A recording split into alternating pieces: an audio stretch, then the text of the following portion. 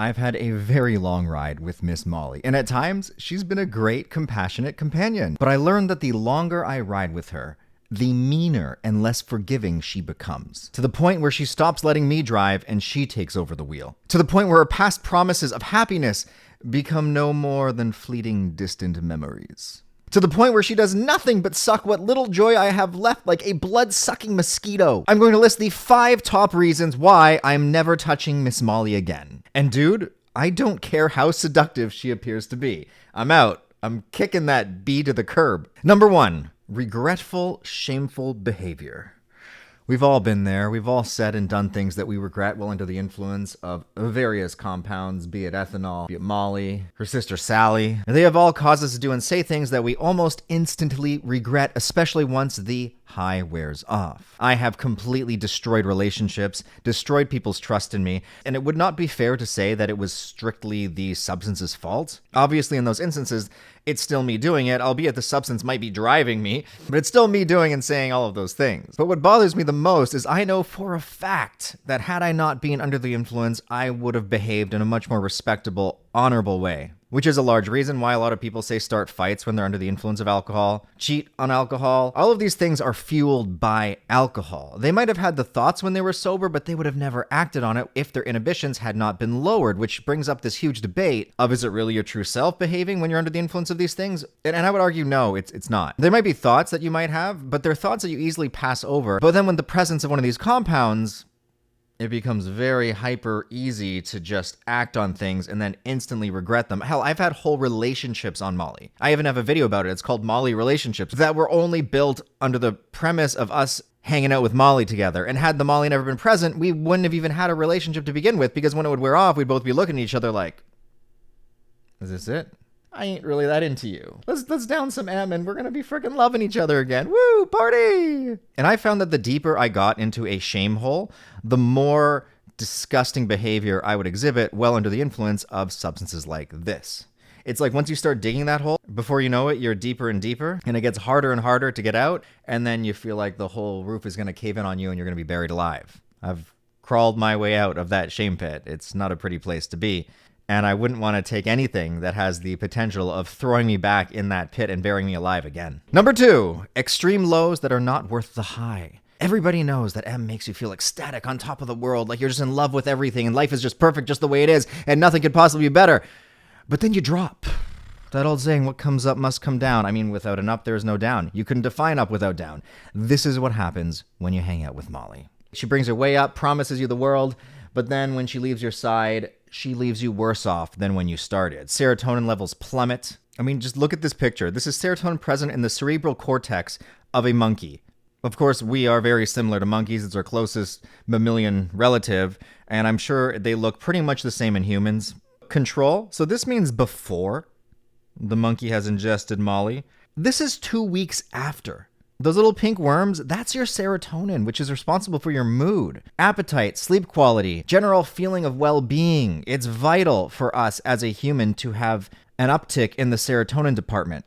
And look at that. That's 2 weeks after. I'm not going to pull a percentage out of my ass, but I would guess that looks like, I don't know, 5, 10% at best. It's like 5% of the amount of serotonin 2 weeks after. That's some crazy shit. That alone should scare you away from ever going near it. And then look, 7 years after, this poor monkey soul still has about half as much serotonin after 7 years. I refuse to believe the complete validity of this picture. There must be something fake, because if this picture were 100% accurate, I mean, scientists are still debating whether or not there is long-lasting damage to the neurons after heavy M use. But according to this picture, I mean, even after 7 years, you have not recovered all of your serotonin yet. So think about those people who are taking it every week, once a month. After a month, what? They're going to be double the 2 week mark, and then you take it again and you deplete what little you have left. Just think about that. Every time you take it when you're not fully recovered, which apparently may take more than 7 years if we're akin to monkeys, you're just depleting from an already depleted reserve. So some of you guys battling with depression, I don't know. Have you had some M binges in the last 7 years? What has Molly taken from you? Because she sure has taken a freaking shit ton from me. Number 3, binge-like behavior. Now, at times I've been able to control this. Other times I've become a complete fiend, where as soon as the M high starts to drop down, I'm immediately like, where's more? Need more Molly, need more Molly. I am looking for Molly. Have you seen Molly? And then I would binge, and I would usually on average hit about, 500 milligrams, half a gram in a night. At times I did go above that, but rarely. That was usually my cap. And there was a point when I was doing it in the past where I would keep going like clockwork until I hit that 500 milligram mark. And now I know some of you guys, like especially you UK freaks, will take a gram or more in an evening, which is insane. Lightweighted females have died from as little as 500 mg in one go. Granted, that isn't one go, which is different than gradually taking it all throughout an evening as your tolerance is building as you're taking it. But still, that fiend-like behavior makes me feel like I am a straight-up meth head, just cruising for my next fix. And I personally just don't like feeling completely out of control like that. And stimulants take me out of the driver's seat. And then there's this psychotic version of me who just wants to cause nothing but harm to himself and others that takes the wheel. And I don't want to let that maniac drive ever again. Number 4, loss of magic. People always talk about this. If you take M too often, they say limit your doses because you're going to lose the magic. I don't know. Maybe it has something to do with the fact that your serotonin has not had chance to fully recover if you don't do it once every, 7 or 14 years, according to that monkey picture.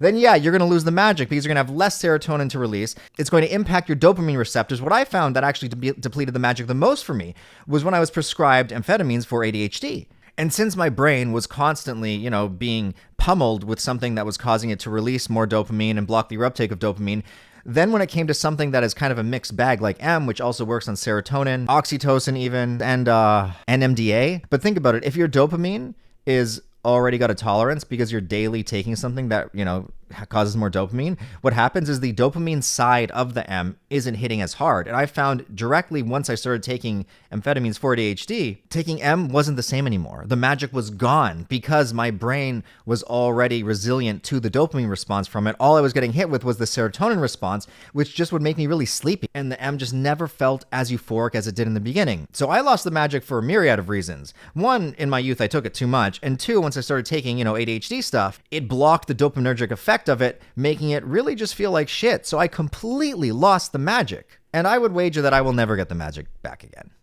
And finally, number 5, the quality is just not the same as it used to. Back in the day, it would start with a pure organic compound in the synthesis.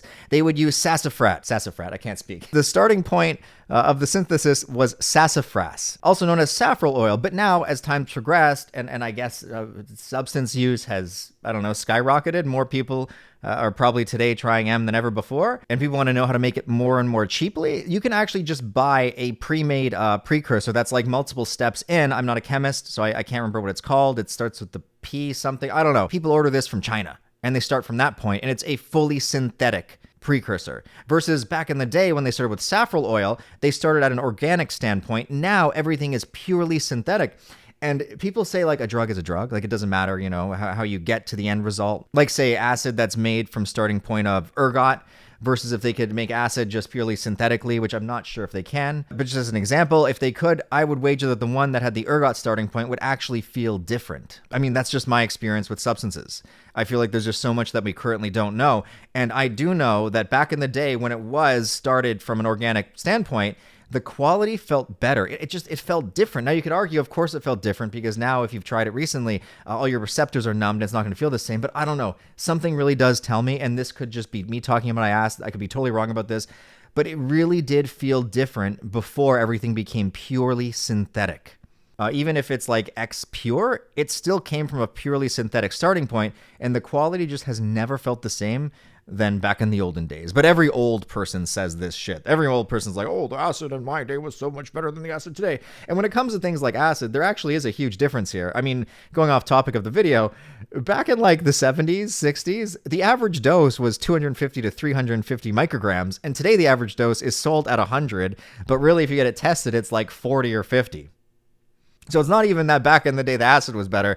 It was just dosed way higher because people weren't as freaking cheap as they are today. Anyway, that is the video. Those are the top 5 reasons why I will never touch M again. Please let me know in the comments if you can relate to any of my reasons. And if you want to pick up a psychedelic onesie, we only have a few of these left. We're almost sold out of everything in the shop. Head on over to psychsubstance.shop. And if you want to see uncut, uncensored versions of these videos, please consider subscribing to my Patreon. A lot of these videos are demonetized, and the only way that I can make anything off doing this is through your Patreon subscriptions. I hope you guys learned something from this video, and as always, if you enjoy my stuff, make sure you subscribe to the channel, and I will see you guys all in the next video. Shambhala is this month. Cheers.